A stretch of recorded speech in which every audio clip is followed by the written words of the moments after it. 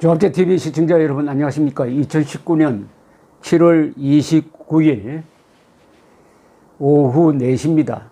문재인 대통령의 반일 정책은 드디어 벽에 부딪혔습니다.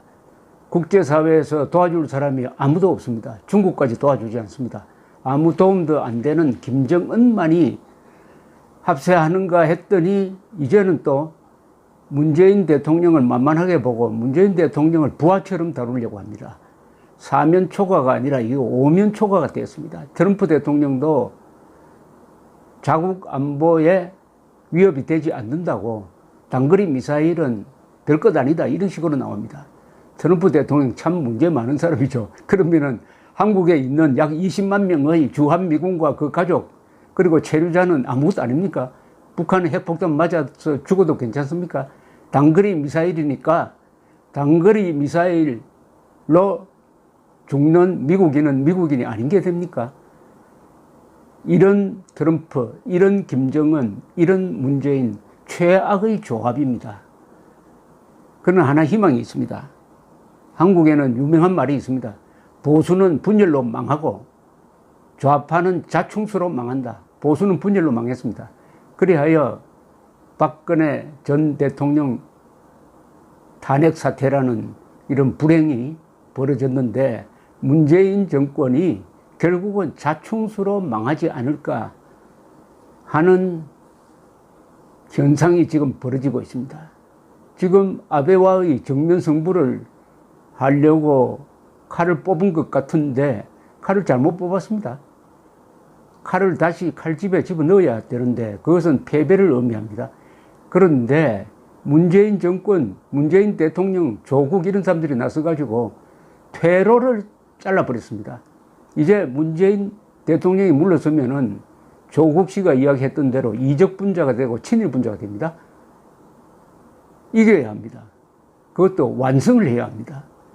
그런데 지금 돌아가는 모습은 이기는 것은 불가능하고 완패를 하지 않으면 다행인데 이제 워낙 기대치를 높였기 때문에 문재인 대통령이 조금만 양보를 하고 조금만 굽히는 모습을 보여주더라도 당장 벌떼처럼 제2의 이완용이다.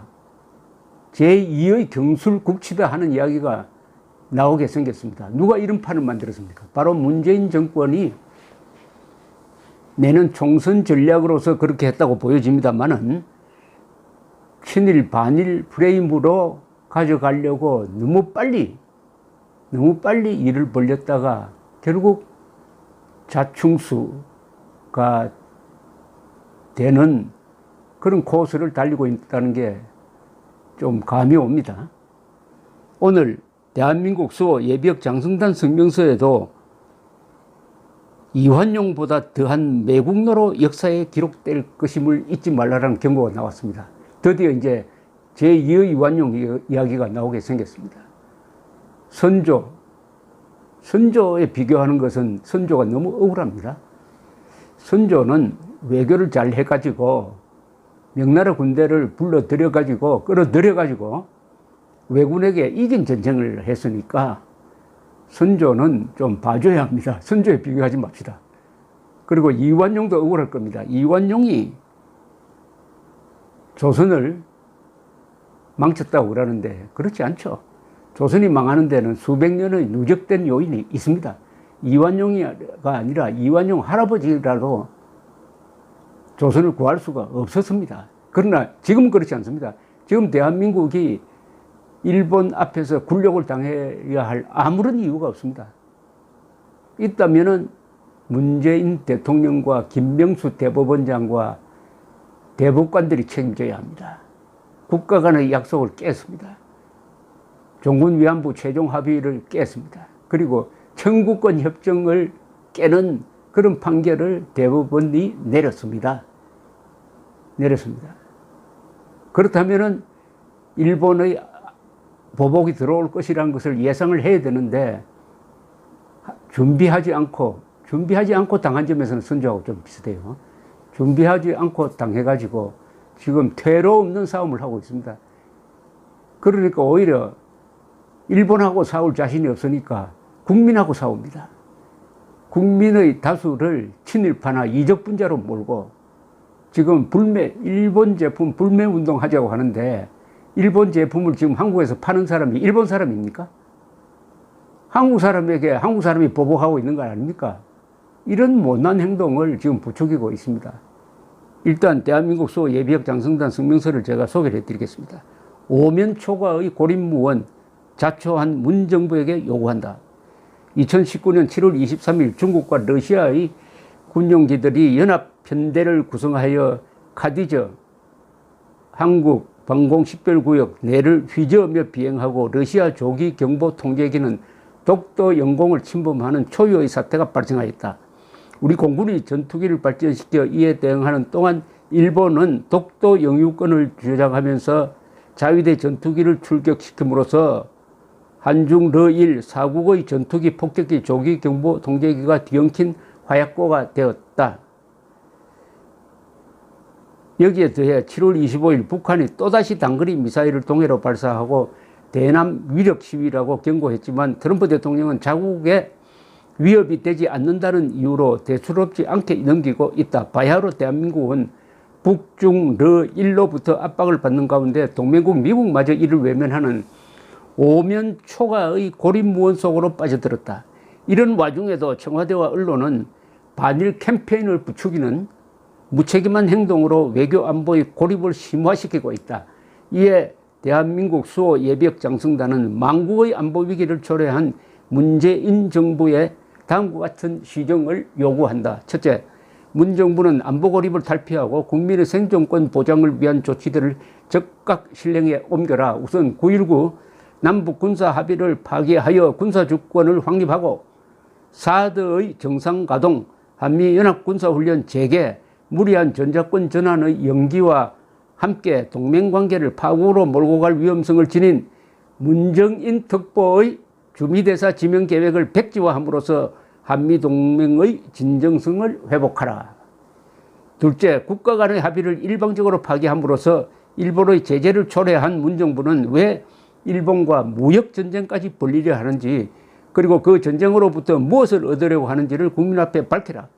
그것이 국익에 도움이 된다면 기꺼이 대수장이 앞장설 것이다. 그러나 반일 프레임으로 국민을 선동하여 내년 총선에서 승리하겠다는 치졸한 시도라면 임진왜란을 자초한 선조보다도 못난 지도자 구한말 이완용보다 더한 매국노로 역사에 기록될 것임을 잊지 말라.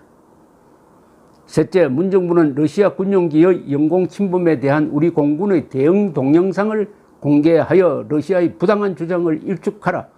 우리의 영토, 영해 영공은 단 1mm도 양보할 수 없으며 향후 이러한 일이 재발한다면 1983년 구소련 전투기에 의한 대한항공 007편 격추라는 역사의 쓰라림을 되돌려주겠다는 각오를 공개적으로 천명하라. 끝으로 문정부는 제2의 임진왜란, 제2의 6.25 전쟁을 불러올 수 있는 북한과의 평화 노름을 즉각 멈추고 외교안보 라인을 전면 쇄신하여 대한민국을 다시 한번 부강병의 길로 이끌라.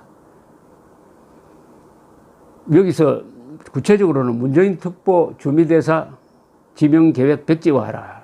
문정인 특보가 보여준 그동안은 한미동맹에 대한 문제 발언을 염두에 둔 지적입니다. 그리고 핵심은 이 말 아니겠습니까? 반일 프레임으로 국민을 선동하여 내년 총선에서 승리하겠다는 치졸한 시도라면 선조보다도 구한말 이완용보다도 더한 매국노로 역사에 기록될 것임을 잊지 말라라는 이야기입니다. 문재인 대통령이 제2의 이완용이다, 제2의 경술국치라는 말을 들을 때가 올 것인지 말 것인지 저는 그게 궁금합니다. 반일 프레임으로 총선에서 이기겠던 전략이었다면 실패했습니다. 너무 일찍 터뜨렸어요. 지금 아주 10개월이 남았는데 그동안에 한국 사람들이 맨정신을, 제정신을 차릴 것이라고 생각합니다. 그보다 우선 이 싸움에서 문재인 대통령이 이길 가능성은 거의 없습니다. 거의 무승부 가능성도 없어요. 손을 들든지, 결국 손을 들든지, 아니면 국민 경제가 엉망진창이 되어가지고 국민들이 비로소 문재인 대통령과 이 정권의 본질을 알게 되든지 어느 쪽이든 문재인 정권의 자충수로 끝날 것입니다. 제2완용보다 더한 매국노로 역사에 기록될 것이다라는 이 예비역 장승단, 한때 군복을 입고 별을 달고 이 나라를 지켰던 분들의 사심 없는 충고에 귀를 기울인다면은, 그리하여 지금까지 2년여의 위험한 국채 변경 노선을 바꾼다면은 제2의 이완용이라는 오명을 벗을 수 있겠지만은 그게 거의 불가능하다는 사실도 우리는 알아야 되겠습니다. 감사합니다.